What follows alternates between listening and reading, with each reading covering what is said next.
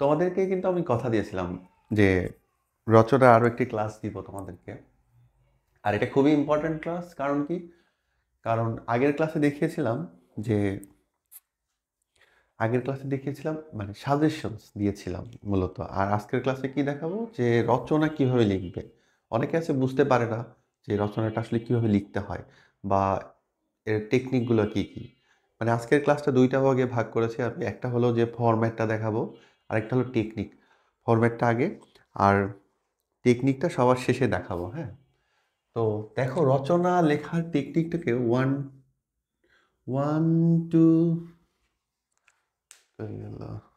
হাতেই আছে। দেখো, রচনা লেখার টেকনিকটাকে আমরা 1 2 3 1 2 3 এই ফরম্যাটে ভাগ করতে পারি। এই ফরম্যাটটা কি জিনিস, আসলে এটা এটা কোথাও নাই। আমার কাছে মনে হইলো যে একটা মানে এরকম একটা ইকুয়েশন আমরা দেখাইতে পারি। যে যেমন ধরো, রচনাটা তুমি যে রচনায় আসুক না কেন, তুমি যে ফরম্যাটটা দেখাবো এই ফরম্যাটে তুমি ফেলে দিবা, তাহলে তুমি যে কোনো রচনা লিখতে পারবা। সেটা কিরকম? ধরো একটা মানে 1 2 3 বলছি না, ধরো উম, প্রথমে প্রথমে কি থাকবে, ইন্ট্রো। যে কোনো রচনা তুমি একটা ইন্ট্রো দিবা, তারপরে কি আসবে, আর শেষে কি দিবা, শেষে বলি, শেষে হলো কন কনক্লুশন। ঠিক আছে, কনক্লুশন। প্রথমে দিচ্ছ ইন্ট্রো, শেষে দিচ্ছ কনক্লুশন। এটা 3। আর 2 কোনটা? 2 হলো মেইন বডি। এখন এই মেইন বডিটাকে আমরা আবার 3 ভাগে ভাগ করতে পারি। কয় ভাগে? 3 ভাগে। ঠিক আছে, এখানেই 1 2 3 1 2, এ দেখো 1 2 3 1 2 3 এটা। তাহলে গেল ইন্ট্রো, মেইন বডি, কনক্লুশন, এটা আসলো। আর মেইন বডিটাকেও তুমি কি করবা, 3টা ভাগে ভাগ করবা। তাহলে বলো তো, তোমার টোটাল প্যারা হচ্ছে কয়টা? টোটাল প্যারা হচ্ছে কিন্তু 5টা। দেখো, এই যে ইন্ট্রো, ইন্ট্রো একটা প্যারা যাচ্ছে, আর শেষে কনক্লুশন আরেকটা প্যারা যাচ্ছে। মোট তাহলে তোমার কয়টা প্যারা দাঁড়াচ্ছে? মোট 5টা। যে কোনো রচনা তুমি কি করবে, এরকম 5টা, তুমি 5টা প্যারায় লিখবা। আর কেউ যদি ডিম্যান্ড করে, হ্যাঁ, যে বডি আর একটা বাড়তে পারে, নো প্রবলেম। তবে এইটা মনে রাখবা যে 1 2 3 1 2 3 প্রথমে কি, ইন্ট্রো মেইন বডি কনক্লুশন। আর মেইন বডিটাকে আমরা আবার 1 2 3 মানে 3টা পার্টে ভাগ করতে পারি। আশা করি বুঝতে পারছো। এখন আমি কথা বলবো যে রচনার লেখার কিছু টেকনিক আছে, এগুলো ফলো করবা, তাহলে এটা সহজ হবে এবং মার্কস বেশি পাবা। ঠিক আছে, তো 1 নম্বরে কি করবা, ধরো রচনা তুমি 3টা রচনা পেলে। এখন তোমাকে প্রথমে কিন্তু প্ল্যান সাজাতে হবে যে তুমি কোন রচনাটা সব থেকে ভালো লিখতে পারবে। অনেক সময় এরকম হয় যে তুমি একটা রচনা লেখা শুরু করেছো, তারপর দেখা গেল সেটা আর লিখতে পারছো না। এটা করা যাবে না। হ্যাঁ, তখন তুমি দেখা যায় কেটে কুটে আবার আরেকটা রচনা লিখতে গেলে টাইম নষ্ট হলো। তো মার্কসও ভালো হবে না, লেখাটা নিশ্চয়ই ভালো হবে না সেই রচনাটা। তো তোমাকে আগে ভালো করে প্ল্যান করতে হবে যে এই রচনাটা লিখবো আমি। মোস্ট ইম্পর্টেন্ট আরেকটা জিনিস হলো, ওই রচনাটা তুমি কিভাবে লিখবা। আমি যে আগের ফরম্যাটটা দেখালাম যে এই ফরম্যাটে লেখা যায়, অথবা তোমার যদি নিজের কোনো প্ল্যান থাকে যে না, এইভাবে তো আরো ভালোভাবে লেখা যায়, সেটা তুমি করতে পারো। সেটা তোমাকে সুন্দর করে লিখতে হবে। এটা হলো মেইন কথা, যে ভালো একটা প্ল্যান সাজাতে হবে তোমাকে। আচ্ছা, এরপরে কি আছে? ল্যাঙ্গুয়েজ। ল্যাঙ্গুয়েজ মানে কি? ভাষা। যে তুমি যে রচনাটা লিখবে সেই রচনাটা তুমি একটা সহজ ও সাবলীল ভাষায়, প্রাঞ্জল ভাষায় লিখবে। মানে কি? মানে হলো ইজি ল্যাঙ্গুয়েজে, এবং সেটা যেন ভিভিড হয়, লাইভলি হয়। তোমার লেখা পড়ে যেন যে খাতা দেখবে সে যেন বিরক্ত না হয়। ঠিক আছে, তো এটাকে বলে যে প্রাঞ্জল ভাষা। এরপরে আছে কি, ইনফরমেটিভ। যে যদি এরকম আসে যে ওই যে ধরো জলবায়ু পরিবর্তন, বৈশ্বিক উষ্ণতা, তারপরে তারপরে আসতে পারে মনে করো যে কৃত্রিম বুদ্ধিমত্তা বা এআই। তো এই বিষয়ে যত বেশি তুমি ইনফরমেশন দিবা, যে অভিজ্ঞতা রিলেটেড, সে যদি কোনো রচনা আসে সেখানে যতটুকু দেওয়া যায়, বা প্রিয় কোনো কিছু, বা যেটাই হোক না কেন, এক কথায় যে যতটুকু ইনফরমেশন দেওয়া যায়, মানে পুরা লেখাটাকে তুমি ইনফরমেটিভ করবা। ঠিক আছে, এটা গেল। আরেকটা হলো অর্নামেন্টস আর ইডিয়মস এর ব্যবহার, the use of ornaments and idioms. একটা কথা মনে করো, তুমি বললে এইভাবে, পুরো বিষয়টা আমি বুঝে বলছি, তার আগে এই কথাটা শোনো। যে মনে করো শেষ বিকেলে সূর্যটা না খুব সুন্দর, বা সুন্দর দেখায়। এই কথাটা যদি তুমি এইভাবে বলো, আকাশটাকে যেন শেষ বিকেলের সূর্যটা টিপ পড়িয়েছে। এই যে যেন বললে না, যেনটা কি? কথার মধ্যে যেনটা হলো এটাকে বলে সিমিলি, ঠিক আছে, সিমিলি। বাংলায় বলে উৎপ্রেক্ষা। এটাকে বলে কি, যে অলংকার বা অর্নামেন্টসের ব্যবহার।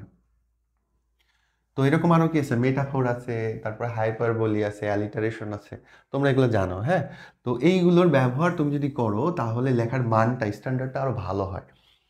আর পাশাপাশি ইডিয়মস, ইডিয়মস তোমরা তো বাগধারা পড়োই, ইডিয়মস মানে বাগধারা তোমরা তো পড়োই। যে কথাটা সাধারণভাবে আমরা বলি সেইটা না বলে তুমি কি করবা, যেখানে সুযোগ থাকে সেইখানে কি করবা, সেইখানে তোমরা ইডিয়মসের ব্যবহার করবা। হ্যাঁ, যেমন আদা জল খেয়ে লাগলাম, সাপোজ, সাপোজ, ঠিক আছে, রক্ষা পেলো, এরকম, ঠিক আছে। তো ওই একটা আমড়া কাঠের ঢেকি, মানে কথা প্রসঙ্গে বলছি আর কি। তো যেটা তোমাদের ব্যবহারের সুযোগ থাকে সেটা তোমরা ব্যবহার করবা, যে এইরকম অর্নামেন্টস আর ইডিয়মসের, তাহলে তোমার লেখার মান বাড়বে। আর বানান ভুল করা যাবে না। হ্যাঁ, বানান ভুল যত কম করা যায়, মানে আমার বানান তোমাদের জন্য আমি স্পেশাল, তোমাদের জন্য স্পেশাল 4টা ক্লাস আমি বানিয়েছি অলরেডি, আমার চ্যানেলে আছে, তোমরা দেখতে পারো। যে যে বানানগুলো সাধারণত ভুল হয়, যে কোথায় দন্তন্য হবে, কোথায় মূর্ধন্য হবে, হ্রস্ব ইকার, দীর্ঘ ইকার, কোন শটা আমরা ব্যবহার করবো, দন্ত স না মূর্ধন্য স, এইগুলোই তো ভুল হয় বেশি। তো সেটা নিয়ে আমি 4টা স্পেশাল ভিডিও বানিয়েছি তোমাদের জন্য, ওইটা দেখতে পারো, তাহলে তোমাদের স্পেলিং মিস্টেক হবে না। আরেকটা পরামর্শ দিই, সেটা হলো যে অ্যাভয়েড হার্ড ওয়ার্ডস, ঠিক আছে, যত যতটা সম্ভব হার্ড ওয়ার্ডস তোমরা অ্যাভয়েড করবা। আচ্ছা, এরপরে হলো লজিক। লজিক বলতে কি বোঝাচ্ছি, যে ধরো এমন একটা রচনা আসলো যেটা তুমি মনে করো যে তুমি পক্ষে অবস্থান নিলে, তোমার মতামত চাইলো বা ওপিনিয়ন চাইলো, যে পক্ষে বা বিপক্ষে তোমার মতামত তুলে ধরো। এখন তুমি যে কোনো তো একটা পক্ষে যেতে হবে, হয় বিপক্ষে না হয় বিপক্ষে। এখন তুমি পক্ষে গেলে কিন্তু তুমি লজিক দিতে পারছো না। যেমন মনে করো কৃত্রিম বুদ্ধিমত্তা, বারবার এটার কথা বলছি, আমার মনে হয় এটা চলেই আসবে তোমাদের 2025-এ চলে আসবে। দেখো যে এটা আমাদের জন্য কি সুবিধাজনক বা ভয়ঙ্কর কোনো কিছু, বা চ্যালেঞ্জিং। এখন তুমি বলে না, মোটেই আমাদের জন্য এটা ভয়ঙ্কর কিছু না, এখন তাহলে তোমাকে সেভাবে লজিক দেখাতে হবে, ঠিক আছে, কেন ভয়ঙ্কর না বা কারণগুলো কি কি। আর যদি তুমি বিপক্ষে নাও, হ্যাঁ এটা আমাদের জন্য মারাত্মক ভয়ঙ্কর বা ক্ষতিকর হতে পারে, তাহলে সেই কারণগুলো কি কি সেইগুলো তোমাকে আহ, জানাতে হবে। তার মানে তোমাকে লজিকটা ঠিক মতো দাঁড় করাতে হবে, যে ওপিনিয়ন যেগুলো চাই, ঠিক আছে, যদি ওপিনিয়ন দেওয়ার সুযোগ থাকে বা এরকম রচনা তুমি যদি আসে এবং লিখো, তাহলে তোমাকে সেই লজিকগুলো কিন্তু দাঁড় করাতে হবে ভালো করে। আচ্ছা, এরপরের বিষয় কোনটা, এরপরে হলো স্ট্যান্ড ইন টপিক। মানে হলো যে এরকম যে তুমি মনে করো একটা রচনা লিখছো, মেইন যে সাবজেক্ট, ওই সাবজেক্টের প্রাসঙ্গিক যে কথাটা, মানে রিলেভেন্ট যে কথাটা তুমি লিখতে পারো, কিন্তু ইরিলেভেন্ট কথা বলবা না, ঠিক আছে, বা টপিকের মধ্যে থাকবা। রিলেভেন্ট একটা বাক্য লিখলে বা দুইটা লিখলে কিন্তু ওইটারে ব্রড করবা না, এক্সপ্যান্ড করবা না, দেখা গেলো অন্য একটা টপিকে চলে গেছে, ওইখানে কিন্তু মার্কস কমে যাবে। আর মোস্ট ইম্পর্ট্যান্ট, আইনস্টাইন একটা কথা বলছে তোমরা জানো, imagination is more important than knowledge.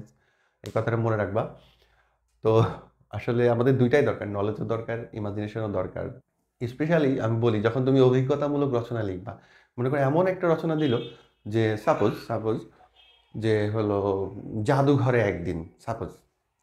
এখন তুমি কোনোদিন জাদুঘরে যাওনি, ধরে নি তুমি কোনোদিন জাদুঘরে যাওনি, কিন্তু তুমি জানো যে জাদুঘরে কি কি থাকে বা মানুষ কেন যায়। এখন তোমাকে কি ওইটা বানিয়ে বানিয়ে লিখতে হবে না, কারণ অনেক রচনা আছে যেগুলো অভিজ্ঞতা রিলেটেড, এখন বা ভ্রমণ রিলেটেড, সেটাও তো একটা অভিজ্ঞতা বা এক্সপিরিয়েন্স, তাই না? এখন সেইখানে দেখা গেল এমন একটা জিনিস আসলো যেটা তুমি এক্সপিরিয়েন্স করো নাই, তখন তোমার কি করতে হবে, তখন তোমাকে কিন্তু এই কল্পনা শক্তি, ইমাজিনেশন পাওয়ারটা কাজে লাগাতে হবে। যে তুমি এটা এটা করেছো, এটা এটা হয়েছিল, এটা তোমার ভালো লেগেছিল, তোমার সাথে কে ছিল, মানে আমি এই ঘুরে ফিরে একই কথা আসতেছে বারবার। তো এইটা তুমি যদি করতে হয়, এটা কিন্তু একদিনে হবে না, এটাও আরেকটা ইম্পর্ট্যান্ট বিষয়, এটা একদিনে হবে না, এটার জন্য তোমাকে কিন্তু আম, অনেক কিছু করতে হবে। যেমন আমি বলি, যেমন তোমাকে গল্পের বই পড়তে হবে, সেটা ইংলিশ লিটারেচার হোক আর বাংলা লিটারেচার হোক। তাহলে পড়লে কি হবে, দুইটা কাজ হবে, একটা হলো যে তোমার ইমাজিনেশন পাওয়ার বাড়বে এবং যে ভাষার দক্ষতা এটাও কিন্তু বৃদ্ধি পাবে। তাহলে তোমরা যে কোনো রচনা তোমরা লিখে দিতে পারবে। তো এই হলো মূল বিষয়, এগুলো তোমরা ফলো করবে, ঠিক আছে। আর আরো কিছু ব্যাপার আছে, যে তাড়াহুড়া করবে না, ঠিক আছে, একটু বানান চেক করলে, এগুলো তো কমন কথা, এগুলো তোমরা জানো, এগুলো আমি আর বলছি না, ঠিক আছে। আর কি বিষয়ে তোমরা ক্লাস দেখতে চাও বা ভিডিও দেখতে চাও আমাকে জানাতে পারো। ভালো থেকো সবাই।